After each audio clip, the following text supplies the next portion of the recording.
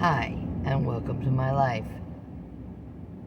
I am Kismet, the feral grandma, and I am still in somewhat frozen but very sunny Central Texas. A little bit less feral today. Sometimes you just gotta take care of stuff.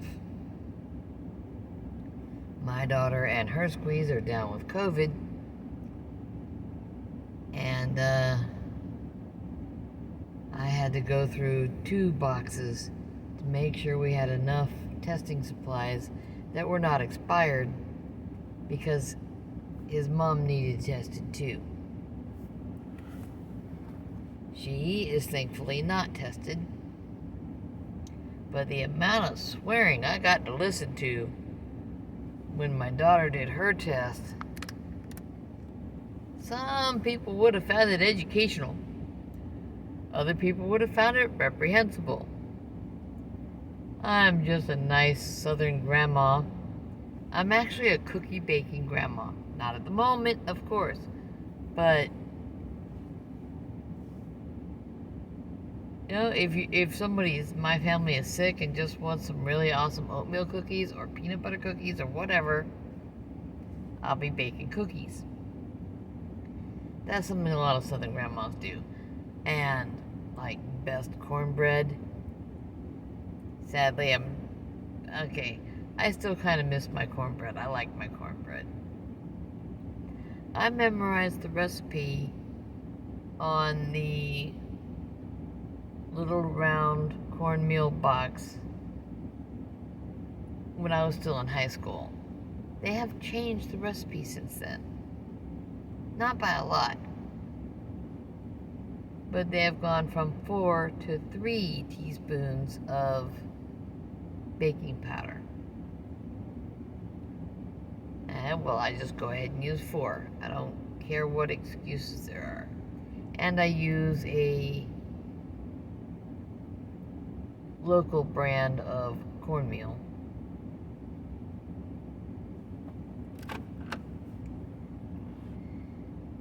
Less miles on it, It's that carbon footprint everyone's got to yell about. If they want to yell, maybe they should consider eating more meat, because running cattle is part of regenerative farming.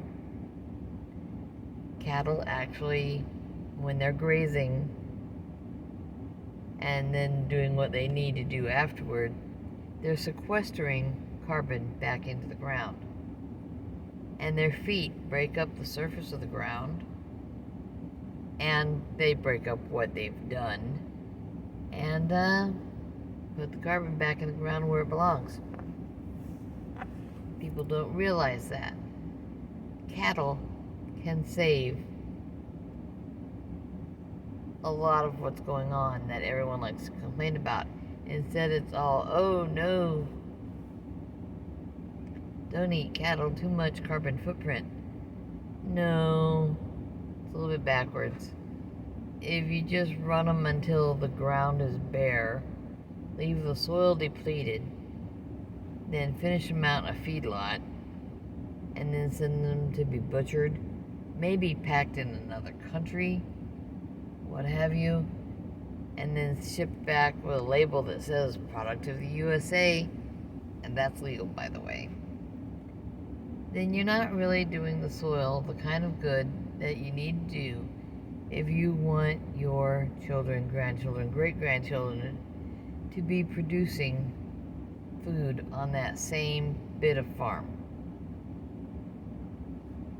Now, if you happen to buy a piece of land and it's already been beat to death, you can start by putting a cover crop. They call it green manure and a few other words, but basically you can plant some clover or alfalfa or something.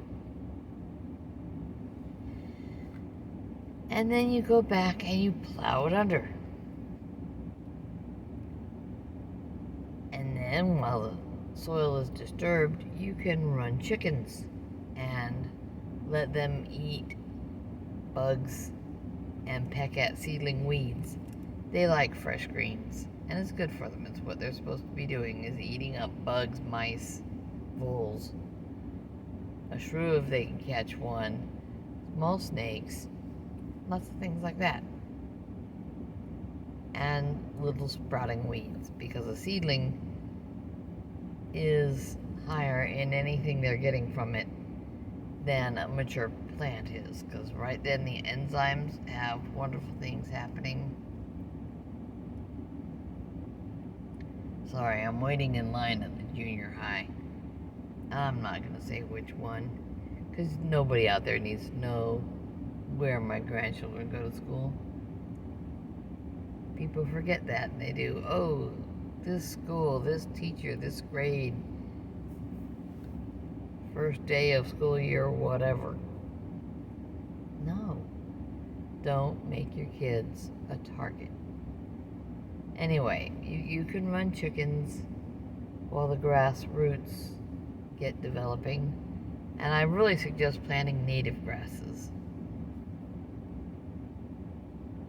They develop a huge, wonderful root structure. It's great. There are pictures on the web of the 6 and 7 foot long root structures that the native grasses had before the Dust Bowl. And then people plant all this wimpy stuff with this much wimpier, less deep root structures. And they wonder why it doesn't grow as well as the grass did when great-grandpa farmed it. Well, great-grandpa probably wasn't disturbing the good root structure. And just like cows will sequester carbon underground, they're putting it back in the ground. A massive layer of roots was what it took to produce the sod for the sod shanties that some people lived in way back then. Because the crown of the plant and the first few inches of roots would cut into a thick mat that people could just pick up as if it was a bag of sand and just stack them. As long as you stacked them straight, you'd have a straight wall. Stack them as high as you want, and then figure out your roofing over the top of that. But that was a long time ago. But people lived well when they understood these things. And when they cut into the sod and had the crown of the plant, I mean, they would run cattle and bring the grass down to almost to the level of soil, and that made less of having to deal with the dry grass. Or they'd run some sheep, and sheep will eat it right down to the dirt. And there's things you need to know if the people who have more money than sense keep up with their program of let's destroy every single small farm, let's reduce the people, because we are the carbon they want to reduce, and let's take away everyone's right to grow food. But I digress.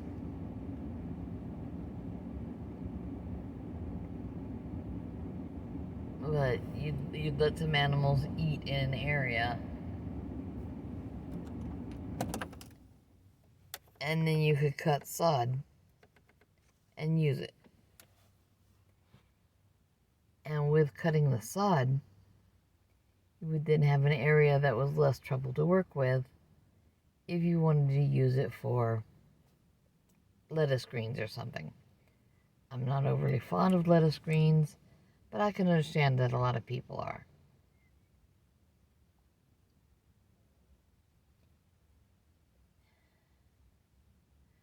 But no matter what else, your animals still need to eat.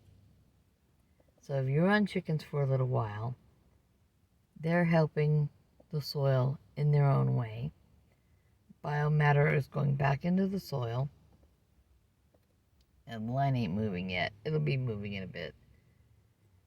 But then when the chickens have done everything they can, then the things the chickens don't eat will have been coming up.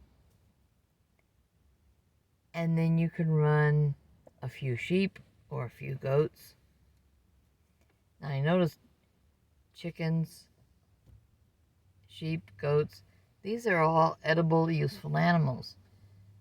Chickens will give you eggs. Okay, they don't give you eggs. You have to work. You have to take care of the chickens. They have to have shelter, shade in the heat. They have to have water that's not frozen in the winter. And on like that. And after all your work, you collect the eggs. Now, if you decide to run some goats, they will eat almost everything, helping you keep down things that might have become trees. I actually like trees, but there's some places you just don't want a lot of scrub growth. And what if you've got some baby plum trees trying to come up?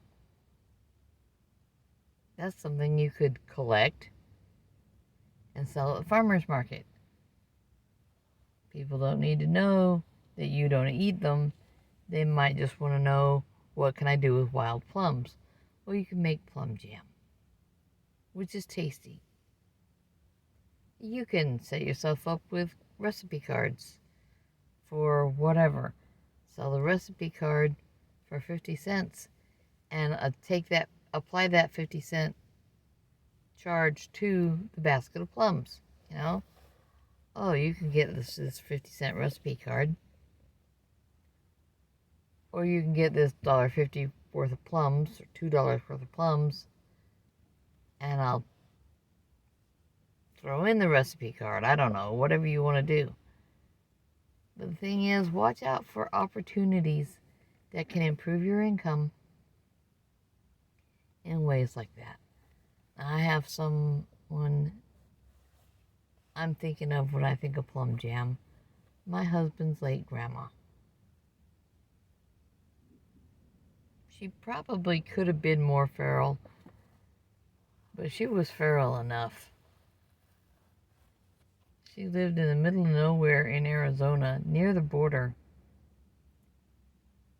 with her husband for quite a while, and they would run just a few beef. Every now and then they would get a steer. And when it was time, when that steer was come to fullness and was ready, off to freezer camp you went. There are still people in the world who can entirely process a full-size beef on their own property without much help. You know, maybe they call their brother to come over and he might help for a piece of it. There's actually a farm in northern Texas. I'm saying farm, more of a ranch, I guess, where they have butchering camp, sort of. And people come out and they pay for their eighth or quarter of beef. If I went, I would want Rick to go with me and we'd get a whole quarter. If the two of us went and got the daughter and her squeeze to go, or the son and daughter-in-law to go, that would be a half. And that's a lot of beef.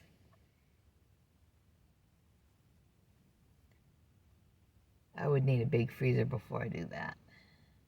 I want to. They're nice people, and there's no shortcuts.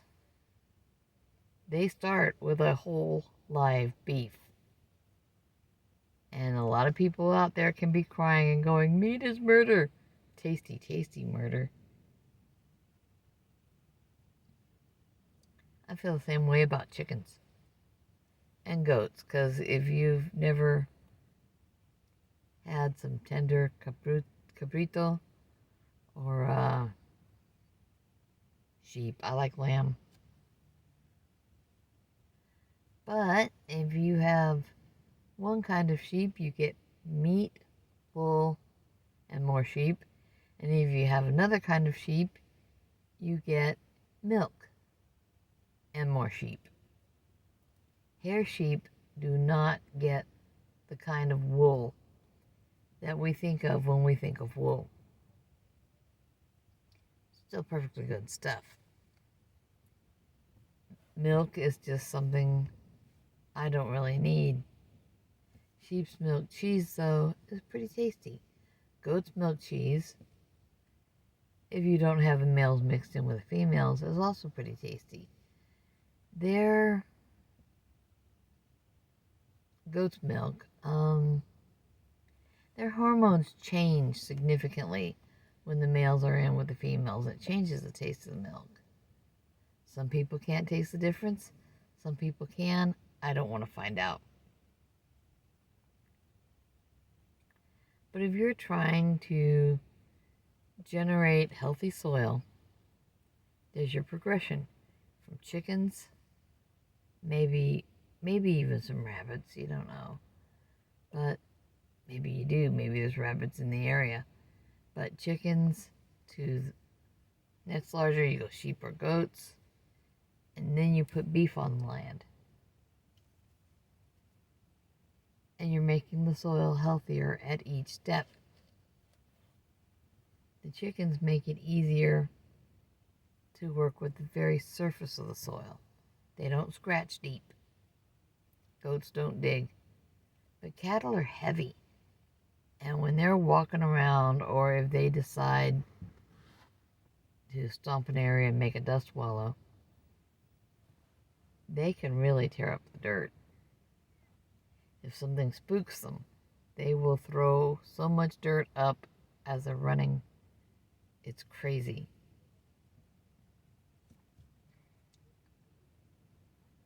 But those kinds of things were on my mind today. And what am I going to eat for dinner? Oh well. My daughter started some soup earlier, but I'm not sick, so I probably won't be having the soup. It's also carby. She making potato soup. Her boys asked for it. And it does smell good. But I'm not eating potatoes. Go figure. And when I get back to the house, she'll be wanting me to add a little cream to it, because you want potato soup to be creamy. And some cheese, because what goes better on potatoes than cheese. But a creamy soup will probably make the boys happy. Teenagers, what can I say? Non-stop eating machines. That's probably what I should say. But one is near grown, and the other one is the biggest guy in the house right now. They don't weigh more than Grandpa yet, but they are taller. Everybody's bigger than me, so I don't keep track of that. Looks like the grade school next door is just about completely done. They have some traffic cones they have to pick up, and the last straggling parents are there to grab their kids.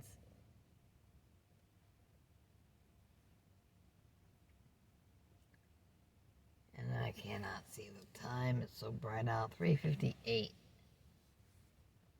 So their yoga will be out soon. And I will be moving forward and getting him. I'm far enough back in the line that I'm not, oh, I can just hear the bell now. I'm not going to be told, his class must not be out yet, circle around and come back again. That can make it take so long.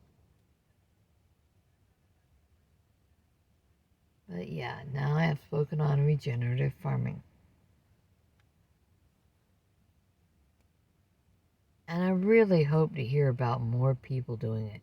Because whether you want to put up a shed and have some tender grass, maybe other greens, I don't know, and let rabbits enjoy it. And if they've got nesting boxes inside a nice sheltered shed, That gives them shade. If you've got power, you can always put on an air conditioner so they're not cooking to death. Some people like to have rabbits. I mean, they'll just bring them in and take care of them while they learn to live outside and let them dig a burrow. They might prefer to burrow under a shed rather than go into a nest box.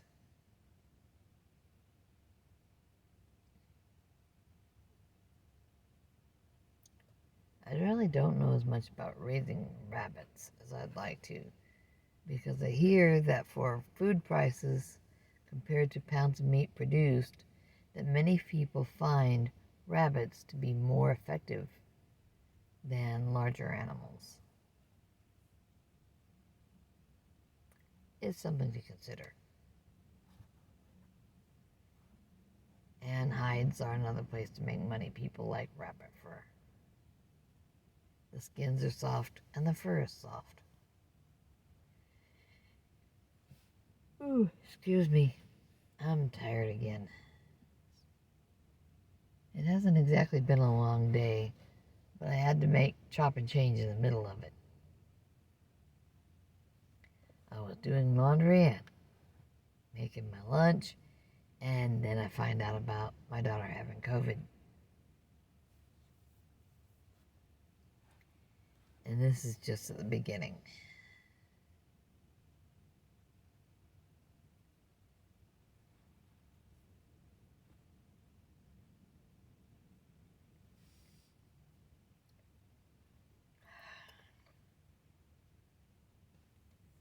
Mine is not moving yet, but I can start seeing children moving around.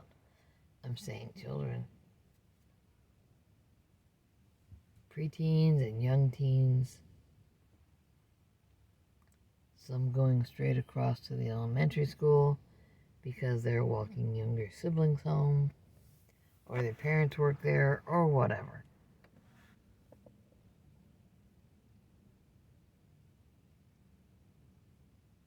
But if the walkers are all the way out here where I'm at, then that means people are getting loaded up into cars at the start of the line. Yep, there's a few vehicles moving up there. And that means I'm pretty well done making a video for today. And then I get to go home and sort out dinner and continue messing with the laundry. Y'all have a good day. Stay warm and be safe. Grandma wants you to be safe. Bye-bye.